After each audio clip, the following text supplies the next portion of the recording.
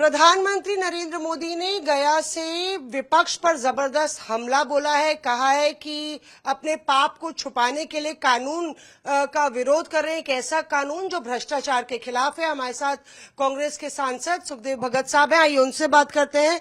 Sir, लगता है कि इसके साथ ही बीजेपी भ्रष्टाचार के खिलाफ जो मुहिम है उसको बिहार में आधार बनाने वाली है। मैं समझता हूं कि 100 चूहे खा के बिल्ली चली हज को।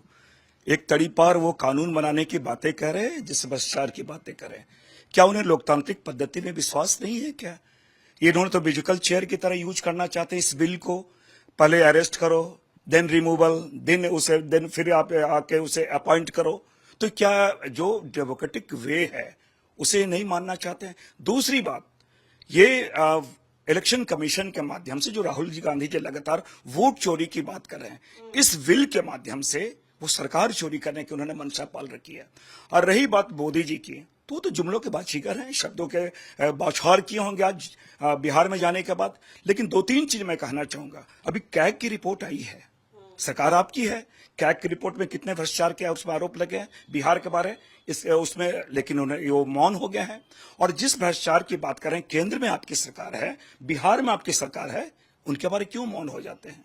तो ये सारी चीजें हैं जिसके बारे जनता जवाब चाहती है। पीएम साहब ये भी कह रहे हैं कि तमाम जो विपक्ष के राजद और कांग्रेस के नेता हैं सब बेल पर चल रहे हैं, कई लोग कोर्ट के चक्कर काट रहे हैं और इसीलिए इस कानून का विरोध कर रहे हैं क्योंकि उनके ऊपर भी ये कानून लागू अगर मैं अपने भविष्य को बचाने मैं समझता हूँ प्रधानमंत्री जी संविधान पे और हमारे दंड संहिता पे अगर विश्वास करते, बेल उसमें क्या प्रावधान है, जब तक उन्हें दोषी साबित ना किया जाए कैसे आप दोषी मान रहे हैं? तो क्या उस प्रावधान को प्रधानमंत्री जी नहीं मानते हैं?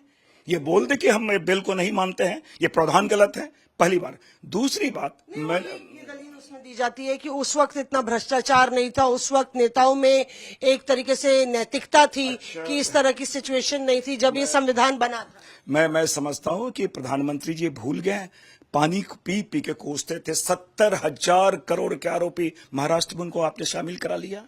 हेमंत बिस्वा शर्मा के बारे में क्या कहना है, शिवराज चौहान जी के बारे में क्या कहना है?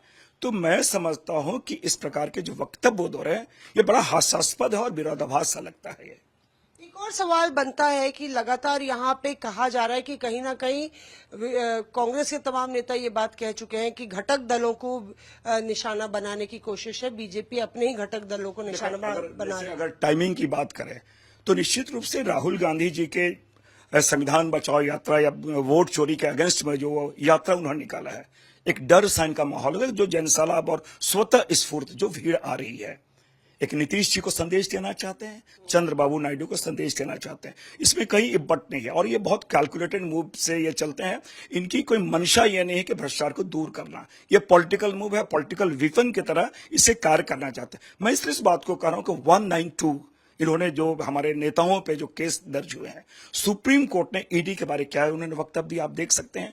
एक बात और क्या, चुनाव आयोग के बारे, अनुराग ठाकुर जी के बारे में चुप हो जाते हैं। Rahul Gandhi ji leader of opposition है, आप एफिडेविट करके दो, और अखिलेश यादव जी ने एफिडेविट दिया, उसके बारे कोई जवाब तक नहीं देते हैं। तो ये सारी प्रक्रियाएं ये साबित करती है कि भारतीय जनता पार्टी पूरे संवैधानिक संस्थानों को एक टूल्स के रूप में प्रयोग कर रही है।